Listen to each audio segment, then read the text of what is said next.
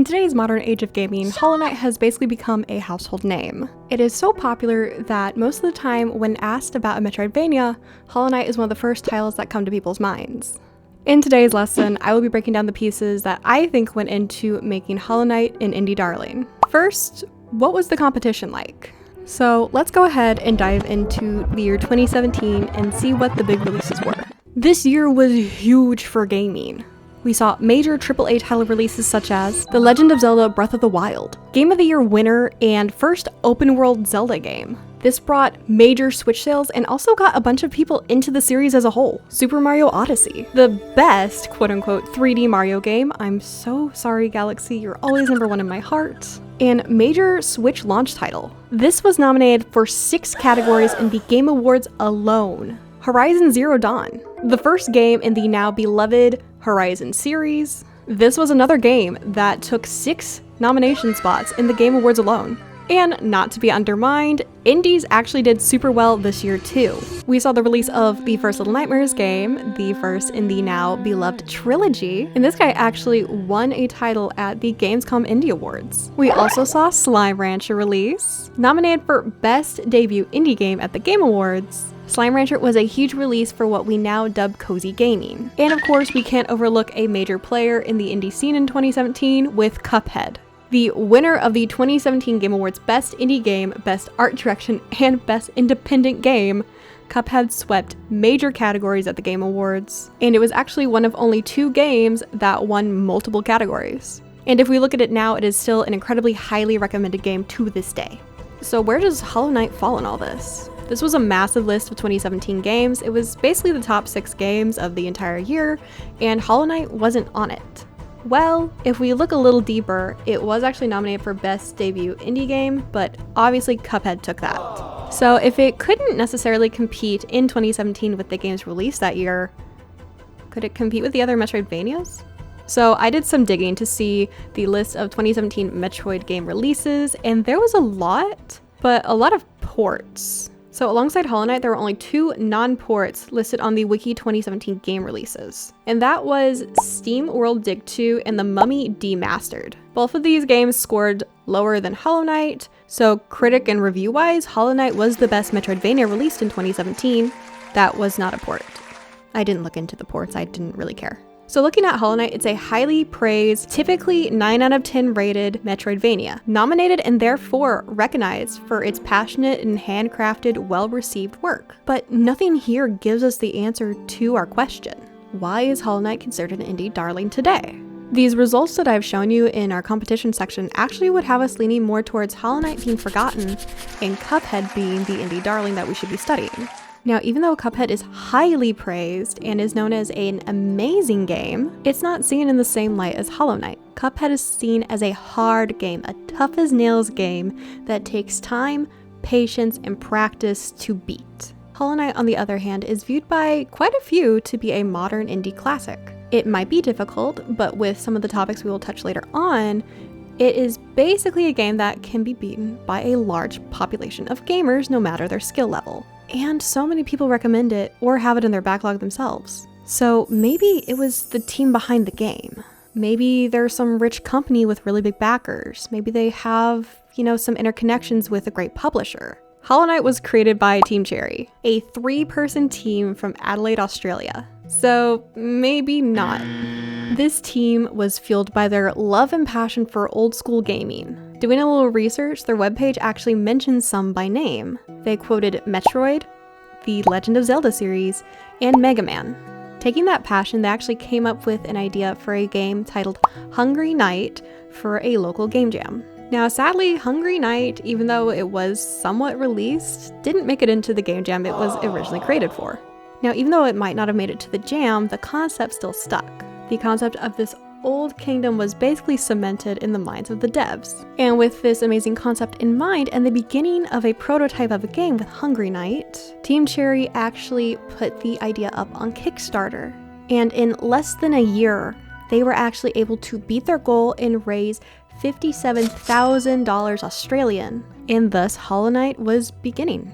What was supposed to only be 35,000 for their goal actually turned into 57 in the span of only a few months, releasing the Kickstarter in April. It closed in November of the same year. This meant that there was no huge backer for Team Cherry. They're quoted as the devs and the publishers for Hollow Knight. That means Team Cherry had to gain the trust and respect of the people funding the game. Crowdsourcing can be really difficult. And this was their first game. But they did it because they showed the passion, the hand-drawn art style, and the creativity that they wanted to put into the game. And once it was done, the hype surrounding the amazing 2D metroidvania made sure that sales were starting to roll in. Releasing on all possible platforms at the time at some point, Hollow Knight sold more than 500,000 copies in only 8 months. Today, Hollow Knight has sold over 15 million copies, and that actually makes it one of the top-selling indie games. Okay, we kind of have the base of our idea. We kind of have the how to the answer, why is Hollow Knight an indie darling? The devs took the time they needed to handcraft a game that they loved and cared about. They took the time to look at games in similar genres and take what made those games great and implement it their own way into Hollow Knight. The art style and cute design of the main character might attract outsiders and bring them in, so what makes the game so perfect? What is the why that everyone and their brother is recommending the game for? What makes people stay after they start playing the game? That has to do with the gameplay, obviously. Getting people to try the game, we've already covered. Cute character, beautiful world, cool mechanics, but once you get them in the door, the game will do the rest. Now, I took my own experience through my playthrough and combined it with others' opinions that I found online. I did this to try and pin down one or several reasons why the game is so good and see if I could come up with a conclusive answer to my question, what made Hollow Knight the indie darling it is today? The only problem is there was a lot of answers. Having actually used Mega Man X as the primary inspiration for the movement was definitely the right call. Hollow Knight's movement feels incredibly smooth, responsive, and natural. Steady speed and tight air controls makes this game feel as natural to pick up as any of the Mario games. From comments under YouTube videos to Reddit threads, Hollow Knight's movement and controls are praised all over the internet. From jumping to platforms to dashing mid-air, the inputs are incredibly responsive, and also incredibly forgiving to newer players. And also, I would like to add that the mid-air dash is perfect for dodging. Now, I am very particular with my platformers. I hate an unsteady feeling jump or a floaty in-air movement where I can't know exactly where I'm going to land. So, I was a bit weary, but the night feels more like Mario or Celeste compared to anything else. Tight controls meant all the deaths truly felt like my fault, not the game's. And I truly did love how these controls felt during the more tighter platforming sections. I felt fully in control and it made me feel really good. So many posts were talking about how great the story is. There are a bunch of amazing characters, Zote, the Grubs, all of the NPCs that sell you stuff. Hollow Knight has basically the perfect setup when it comes to story. Both lore can be found from talking to NPCs and also just exploring the environment. So if you are someone who loves storytelling, who wants to know all the lore, you should talk to every single NPC you see. Do that and you will eventually unravel the mystery that is plaguing the entirety of Hollow Nest, this annoying plague that won't seem to go away. And the more you pay attention, the more Hornet's presence in Hollow Nest and constantly fighting you makes sense, and you understand her perspective of why she wants to constantly fight you. You also learn why you were slaying the 3 dreamers. And you also learn why this annoying orange muck appears in the Forgotten Crossroads and what the heck a Hollow Knight is, because guess what? You're not the Hollow Knight. I know, shocker, right? It's not like this game has been out since 2017. With lore dripping, oozing out from every corner of the map, the world starts to show a bit more than you would expect. Now, I will admit in the beginning I was super into reading every single thing. I was looking at every single NPC's dialogue. I was trying to figure out what exactly was going on. But after grinding for like 10 hours in one day, I stopped. I started skimming. But luckily I have a friend who is a Hollow Knight fanatic, and he keyed me in on everything. And that is another plus side if you are maybe like me, you like the story, but you kind of want to just go back in and fight your way to the end and maybe not read all the story right now. Or if you simply just don't maybe understand everything that you've been given, don't worry. I didn't understand everything either. And if you want to actually figure out what's happening in Hollowness, there are plenty of very well crafted, very properly presented 2-hour lore explanations on YouTube. Now, there is a lot of content in this game. I put in well over 50 hours, and that was in the span of less than 2 weeks. I was grinding like hours a day. I was addicted. But 50 hours is a decent amount of time, especially when you see some of these speedrunners or people beating it in like sub 20. Now, the reason I took over 50 hours is, one, because I might be a good gamer, but I'm not Hollow Knight level kill the boss on the first run good. I will say I spent over 6 hours on a single boss, and that is the bane of my existence. My point is, there's a lot of challenge that you can add to this run of completely your own accord. Of course, like every Metroidvania, there are several zones that you will need to get special abilities to get in and out of, so making sure to go back and forth is very time consuming. Luckily, of course, there is a fast travel with the stag stations, but I beg the Pale King if there was just a few more, maybe one in each region, please? Now, each zone has their own environment and enemy set, which is a huge bonus. One, for figuring out where you're at, and two, not getting burnt out and bored because you're seeing these annoying little flying enemies for the 1200th time and go away. And it's also cool that the further you go, the tougher the enemies get, and then the more geo you drop. I spent a lot of time farming geo in one of the higher level areas because I needed money. And I was not going to do another round of getting enough money for a bench after the church scammed me out of my money and getting 2 geo every time I hit this little bug. Hate that bug. Now, one of the cool things is if you were to buy Hollow Knight nowadays, you will get the entire game, including the 4 free DLC packs that were released by Team Cherry. Thank you, Team Cherry. Now, 2 of them are primarily for optimization, Hidden Dreams, and Lifeblood, but they also did add some bosses, which is very cool. And it also said that the first one actually added the stag stations. Did they not have those when the game launched? That's crazy. I would have ended it. Now, the 2 main ones that add sections of content are the Grim Troop and Godmaster DLCs. Both these pack new sections, new enemies, new little things that you have to do that's gonna make you want to pull your hair out. The Grim Troop adds Grim and his troop of circus folk, and also add the charm Grimchild, and that basically has you going around your map and defeating enemies to get flames to feed this little Grimchild. Now, once you do that, you can come back and fight Grim himself, which honestly was probably one of my favorite fights. No, I did not do the Nightmare version. I don't hate myself that much. And lastly, the Godmaster introduces the 5 Pantheons, which once again, I don't hate myself to do that. Those are for the freaks that enjoy suffering. More power to you. I'm not one of you. Putting out 4 different DLC packs to improve the game, optimize it, put in more bosses, put in more extra content, just shows how much Team Cherry truly loves, respects, and cares about Hollow Knight and its player base. This is definitely a child made from love and devotion. Now, we could stop there. This could be a satisfying answer for why is Hollow Knight an indie darling? All these aspects basically blend into one that people can dub a perfect game. But that wasn't enough for me. I can't take the answer of, it has good controls, it has a good story, and a lot of content. That just felt lukewarm. I did think these things were indeed crucial, but I don't think they were hitting the nail on the head like I wanted it to. So, what is my answer?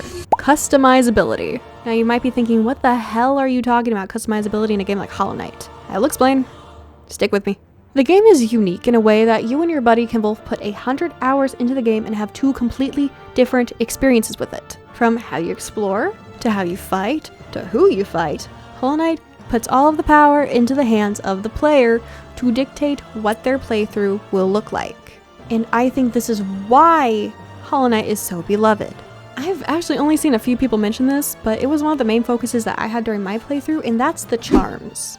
I was trying my damnedest to get every single charm notch I could because I wanted more charms to make me suck less. These charms can actually give you incredible buffs. They're not just willy-nilly, I get 5% more attack damage.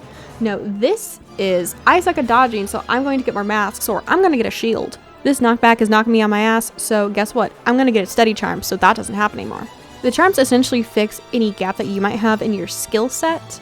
It literally fixes most problems or incompetencies that I ran into with my own skill level. And there's so many different charms. and it was really fun, and I wanted to collect them all, and that actually made me explore more and go find things that I missed originally. Thank you, internet. And the fact that you can just de-equip and equip new ones, there's no cost to that, meant I was mixing and matching a lot. I lost track of how many times I actually switched stuff up to make sure that I was doing as good as I can in the annoying arena, which I got so close to beating. I don't know if I ever will. I think it broke my spirit and my soul. Now, I know there are probably guides, videos of people who are giving you the most optimal run charms for each thing, but I did not watch any of those. I simply did what my heart felt was right and mixed it up a few times. I tried some new different charms. They were fun, some were not for me, and others were really for me. So I think that's part of the reason why it's so fun, is that's the main customizability for Hollow Knight himself, or the Knight, depending on which ending you get. We'll talk on that later. Now, I mentioned that the story was great. Immaculate, incredible, perfection.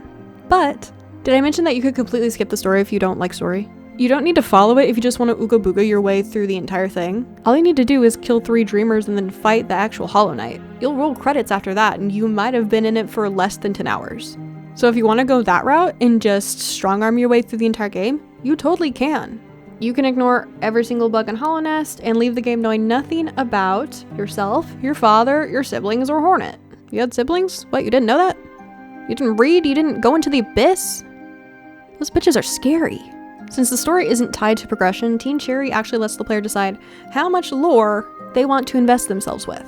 You can dig in as much or as little as you decide, and I think lore is highly interesting, so once again, I do recommend one of those 2-hour-long lore breakdown videos. And much like how you choose how much story you want to learn about, you also, in a way, get to choose how many bosses you fight. Now, there are 47 bosses in the game. I know if you count special remix versions and Pantheon exclusives, you get around a little 50 or something. Let's just stick with the 47 for this sake. Now, imagine, how many do you think you need to defeat to actually get through the story? Half? 3/4? 10? No, actually you only need 5. And some people even say that can go down to 4. Now, let's take a look here. The False Knight you need to defeat to get into the City of Tears, because you get the city crest after that. Some people say this can actually be skipped. I don't know how. If you want that, go look up a video on how people skipped half the game. I'm not that good. Second, you need to defeat Hornet, Uma, and the Watcher Knights, because all 3 of those guys guard the dreamers that you need to slay to open the fight to get to the Hollow Knight. And then, of course, you need to defeat the Hollow Knight. All the other bosses are technically optional. Now, I am someone who tried to fight every single boss, even the Dreamer and Nightmare fights, which, oh my god, took forever. Lost Ken, I see you in my nightmares. I did love the fact that if I could not defeat them, I wasn't held back. I wasn't walled, and I could still go on. I could go to a different zone, maybe try and level up my nail a bit, maybe get a different charm. Or do what I did and roll a single ending and then be done with it. This feature alone makes me so much more comfortable recommending this game to more people, because if you were getting walled every time you couldn't defeat a boss, I would not be recommending this to people who don't like platformers or don't like real-time fighting games. They would hate this. It allows people this way to fight a boss, see a challenge. If they can't beat it now, they can come back to it later, or if they truly think that they don't have the skills or equipment to, at any point in the game, defeat them, they can just leave it. They can ignore any boss they want. Except if, of course, they're one of the 5 that I named. And the only torturous part is these occasional annoying runbacks. Now, even after all of this is still only a small portion of what makes Hollow Knight so great. It is an amazing game, and I think the devs did an immaculate job crafting it. Hell, it did so good, it had people drooling that we were salivating at the idea of Silksong for years. It became a meme that every Nintendo Direct, people were crying out for Silksong reveal. So clearly, they did something right. But I truly believe that the answer to why did Hollow Knight become an indie darling is the amount of uniqueness in each run. The unique experience in customizability from run to run makes it stand out, in metroidvanias specifically in my opinion. The replayability allows you to go back in and do different styles. Maybe your second run, you don't upgrade your nail at all. Maybe you stick with a special amount of charms, or maybe you do no charms. Maybe you try and do mapless if you really want to suffer. Maybe you try a Steel Soul if you want that permadeath threat. And one thing that I didn't even touch on that, if you've played Hollow Knight, you know, it has multiple endings. Try and get all of them if you want a challenge. All of these things set new challenges for the game. It allows you to do a fresh run through that keep things feeling less stale than a lot of other games that say they have replayability. And of course, with each new run and challenge that you complete, it will leave you with a fresh sense of accomplishment. Or at least that's what happens with me when I do something good in a video game. So that's it, that's the video. Hollow Knight is an indie darling because you can basically customize the game to be however you want it. It can be long, short, it can be hard, or really easy. It is all up to you and what you decide to do with the resources you have at your hands. So do you agree with me? Do you disagree with me? Was this the stupidest video you've ever watched on YouTube? Or did this open up your eyes to why you love Hollow Knight so much? Let me know in the comments down below. And let me know, what is your favorite Metroidvania? And to make it even tougher, don't say Silksong. It might be really good and it might also be recency bias. I don't know. That's next on my playlist. But with that, thank you everyone who watched. I do hope you got something out of it. And if I did good, give me a thumbs up to let me know I did a good job on this video, and especially with the new editing style. I'm recording this and I don't know how I'm going to edit this. This is going to be such a pain in the butt. But if you really like my channel and you want to see more of my stuff, make sure to hit subscribe so I don't lose me in the sea of YouTube content. And with this, I will leave you be, and I hope you have a lovely rest of the day, and I hope you come back for a future video. Bye!